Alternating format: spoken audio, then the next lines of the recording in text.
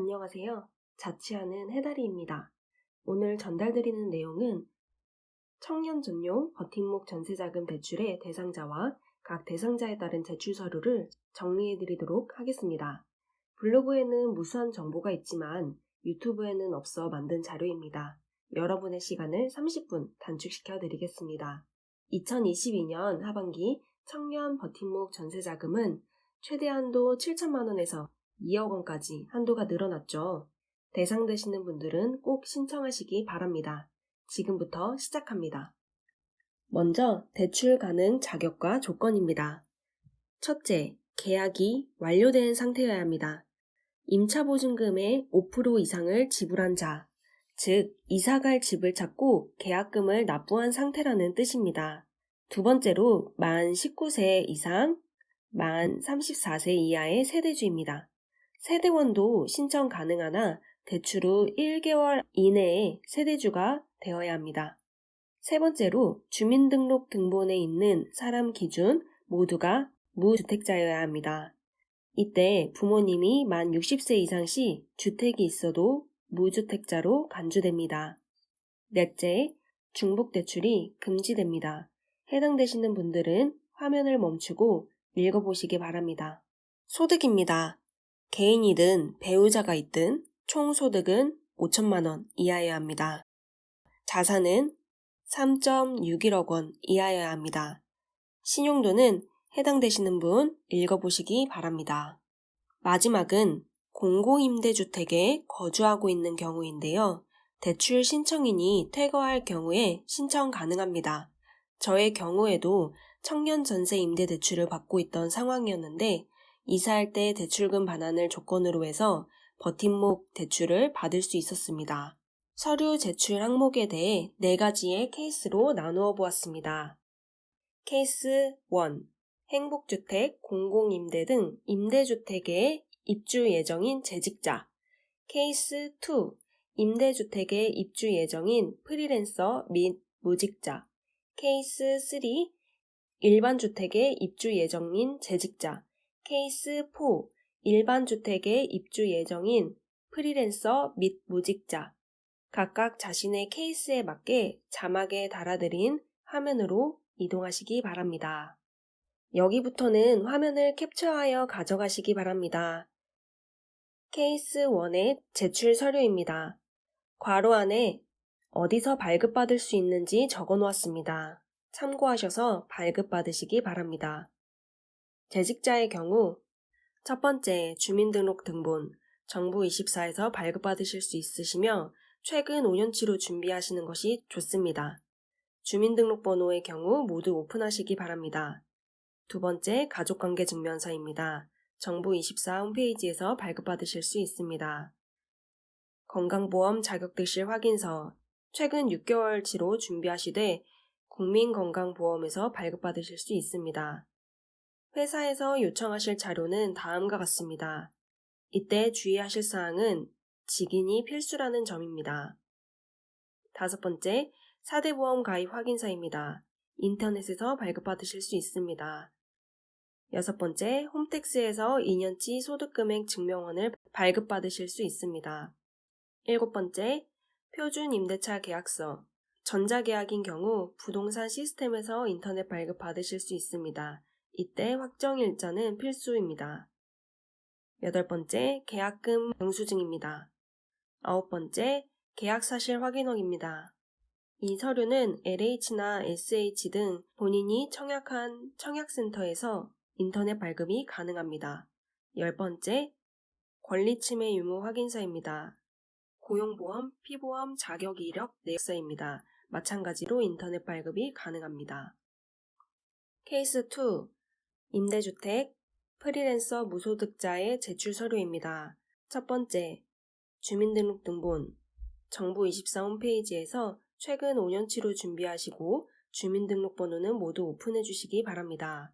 두 번째, 가족관계증명서입니다. 마찬가지로 정부24 홈페이지에서 발급받으실 수 있습니다. 세 번째로, 건강보험 자격득실 확인서입니다. 최근 6개월치로 준비하시고 국민건강보험 홈페이지에서 발급받으실 수 있습니다. 2년치 소득금액 증명원 홈택스에서 발급받으시기 바랍니다. 표준 임대차 계약서, 전자계약인 경우 부동산 시스템에서 인터넷 발급이 가능합니다. 이체 확인을 위한 계약금 영수증이 필요합니다. 계약사실 확인원은 LH나 SH의 청약센터에서 인터넷 발급이 가능합니다. 권리침해 유무 확인서는 인터넷 발급이 가능합니다. 대출 실행 후 제출 서류입니다. 대출 실행 후 제출 서류는 이삿날 드리는 것이 원칙입니다. 보통 은행에서 고지를 해주시는데 이삿날 대면으로 은행까지 가기가 힘들죠. 참고하시라고 비대면 서류 제출 방법이 있으니 안내해드립니다. 첫째, 주소 변경된 등본이 필요합니다. 이 경우는 전입신고는 인터넷 신청 후 대출받은 은행의 어플에 들어가 대출관리, 무방문 서류 제출 신청을 하시면 됩니다. 저는 신한은행에서 진행하였기 때문에 다른 은행 어플은 모르나 비슷할 것으로 예상이 됩니다. 두 번째, 변경된 계약서가 필요합니다. 전자계약의 경우엔 특히나 인터넷 발급이 가능한데 PDF 파일 다운하여 은행원에게 메일로 제출이 가능합니다. 전입세대 열람원은 요청하시면 제출하시면 되고 인터넷 발급 불가이며 300원의 비용이 발생합니다. 케이스 3. 일반 주택, 재직자의 제출 서류입니다. 이 경우에는 순서가 있습니다. 원하는 집을 고르신 후 은행 가심사를 받아보시는 것을 추천드립니다. 첫 번째, 전세자금 대출 가능 여부가 파악하며 대출 최대 금액 확인이 가능하기 때문입니다. 가심사 준비 서류는 다음과 같습니다. 다음과 같이 준비하셔서 은행에 방문하시기 바랍니다. 전세자금 대출 가능 여부와 대출 최대 금액 확인이 끝난 후에는 계약서를 작성하시면 됩니다. 계약서 작성 후 기금이 등등 온라인 신청을 하시고 필요 서류를 준비해 가셔서 은행 영업정에 방문하고 대출을 신청 완료하면 됩니다. 제출 서류는 다음과 같습니다. 첫 번째, 주민등록등본, 정부24 홈페이지에서 발급받으실 수 있으시며 최근 5년치로 준비하되 주민등록번호는 모두 오픈하시기 바랍니다. 두 번째, 가족관계증명서입니다. 마찬가지로 정부24 홈페이지에서 발급받으실 수 있습니다. 세 번째, 건강보험 자격득실 확인서입니다. 이 서류는 국민건강보험에서 발급받으실 수 있으시며 최근 6개월치의 자료를 포함한 상태로 가져가시기 바랍니다. 건강보험료 납부 내역서는 최근 1년치입니다. 회사에 요청하시는 자료는 다음과 같은데 이때 모든 서류의 직인은 필수라고 생각하시면 되겠습니다. 다음은 2년치 소득금액 증명원입니다. 홈택스에서 발급받으실 수 있습니다. 부동산에서 발급받으실 수 있는 서류는 다음과 같습니다. 임대차 계약서 원본, 전자계약인 경우 인터넷 발급이 가능합니다. 계약금 납입 영수증, 이체 확인증을 준비하셔도 되고 부동산에서 준비해 주실 수도 있습니다. 계약할 집 등기부 등본, 공인중개사 공제증서, 건축물 대장이 필요합니다. 다음은 고용보험, 피보험 자격 이력 내역서입니다. 인터넷 발급 가능합니다. 주택임대차 계약 신고필증은 국토교통부 홈페이지에서 발급 가능합니다. 만약 1년 미만 재직자의 경우엔 4대 보험 가입 확인서가 필요하다고 합니다. 케이스 4. 일반 주택 프리랜서 무소득자의 제출 서류입니다. 첫 번째로 주민등록등본 서류는 정부24에서 최근 5년치로 준비하시되 주민등록번호를 모두 오픈하시기 바랍니다. 가족관계증명서는 정부24의 홈페이지에서 발급받으실 수 있습니다. 건강보험 자격득실 확인서, 국민건강보험 홈페이지에서 발급받으실 수 있으시며 최근 6개월치로 준비하시기 바랍니다. 2년치 소득금액 증명원은 홈택스에서 발급받으실 수 있습니다. 부동산에서 발급받으셔야 할 서류입니다. 임대차 계약서 원본이 필요합니다. 전자계약인 경우 부동산 시스템에서 인터넷 발급을 받을 수 있습니다. 계약금 납입 영수증입니다. 이체 확인증 또는 부동산에서 준비해 주실 수도 있다고 합니다. 계약할 집 등기부 등본, 공인중개사 공제증서, 건축물 대장이 필요합니다. 주택 임대차 계약 신고필증은 국토교통부 홈페이지에서 발급받으실 수 있습니다. 대출금리는 연소득에 따라 달라집니다. 소득이 2천만 원 이하의 경우 1.5%, 2천만 원 초과 4천만 원 이하의 경우에 1.8%, 4천만 원 초과 6천만 원 이하의 경우에 2.1%입니다. 이때 금리 우대가 되는 경우가 있는데 가장 우대받기 쉬웠던 전자계약을 통한 우대는 2023년 1월 1일자로 사라지게 되었습니다. 이를 제외하고 해당되는 분들은 꼭 받으시기 바랍니다. 프리랜서 분들 주목하세요.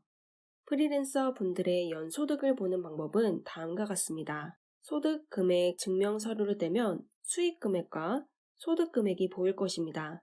이때 여러분이 보셔야 할 그리고 은행에서 확인하는 부분은 바로 소득 금액의 합계입니다. 이 금액을 확인하시면 연 소득 금액을 파악하셔서 대출 금리를 예상하실 수 있습니다. 이사하는 날의 전체적 순서입니다. 첫 번째, 은행에서는 전세대출을 실행해 주실 것입니다. 본인은 전세대출이 실행된 후 잔금 송금을 하시면 됩니다. 그 후 이전 집의 관리비를 정산을 하시고 자동이체를 해지하시기 바랍니다. 그 후 이사를 하시고 인터넷으로 전입신고를 하시고 은행에 필요한 서류 제출을 진행하시면 됩니다. 취급은행은 다음과 같습니다.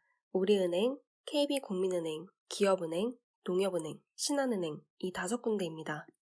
마지막으로 대출 팁입니다. 한간에서 떠도는 팁으로는 이사할 집 근처에 은행을 방문하라는 말이 있습니다. 왜냐하면 그 근처의 집에 대해 잘 알 수 있고 대출 실행을 해봤을 가능성이 많기 때문이며 대출을 연장할 때 이사할 집과 가깝기 때문입니다. 저의 경우 이사할 집 근처의 은행을 방문했지만 청년 전용 버팀목 전세대출 실행을 많이 해본 은행원이 아니라면 사실 무용지물에 가깝습니다. 그래서 저는 방문하기 편한 근무처 근처나 자주 갈 수 있는 은행을 방문하였습니다. 은행원 바이 은행원이지만 여러분은 이 영상을 보셨기 때문에 서류 준비로 힘들진 않으실 겁니다. 두 번째 팁은 주거래 은행을 방문하라는 것입니다.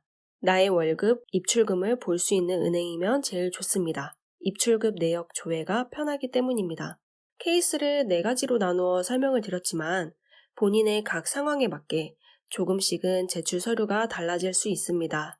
그러나 은행을 첫 방문하실 때 위의 서류를 지참해 가시면 신청이 아예 불가하진 않으실 겁니다.